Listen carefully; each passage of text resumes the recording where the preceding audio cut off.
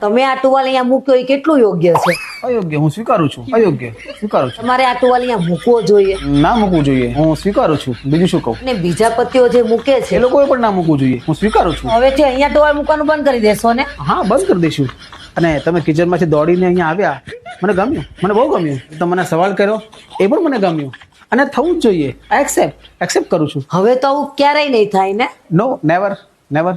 તમારો સવાલ એકદમ વ્યાજબી છે, આનો એક્સેપ્ટ કરું છું. એક્સેપ્ટ. 100% આ ટુવાલ તમે નહીં મૂકો ને? અરે 100%. અરે હું તો નાવાનું જ બંધ કરી દઈશ. એટલે નાઈને ટુવાલ આડાવાળો મૂકવાનો સવાલ જ ન આવે. હવે તો મેડિકલમાંથી કંઈક નાવાની ટીકડી મળતી હોય ને, એ આખું પેકેટ લઈ લઈશ. સવાર સાંજ લઈ લેવાની, એટલે બધી મગજમારી જાય. Oh nice. અરે હવે હું ક્યારેય નહીં નાઈશ. અરે નાઈસ નો મતલબ ગુડ, સરસ. અચ્છા, એ નાઈસ. અચ્છા, આ પણ મને ગમ્યું. એક્સેપ્ટ. તો હવે તમે લોકોને શું સંદેશો આપશો? એ જ કે આવી રીતના ટુવાલ મૂકતા હોય તો નહીં મૂકતા, એની બદલે નાવાની ટીકડી લઈ લેજો. જે ખોટું છે એ ખોટું છે, અયોગ્ય છે અયોગ્ય છે. આ એક્સેપ્ટ કરું છું. નાઈસ.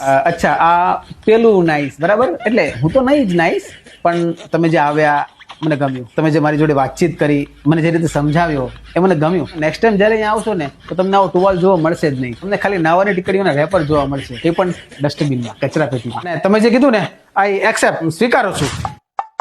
અને તમે આવી રીતે ઘરના બધા કામ પડતા મૂકી અને ઓનલાઈન પંચાયત કરો છો, એ કેટલું યોગ્ય? આઈ એક્સેપ્ટ, સ્વીકારો છું.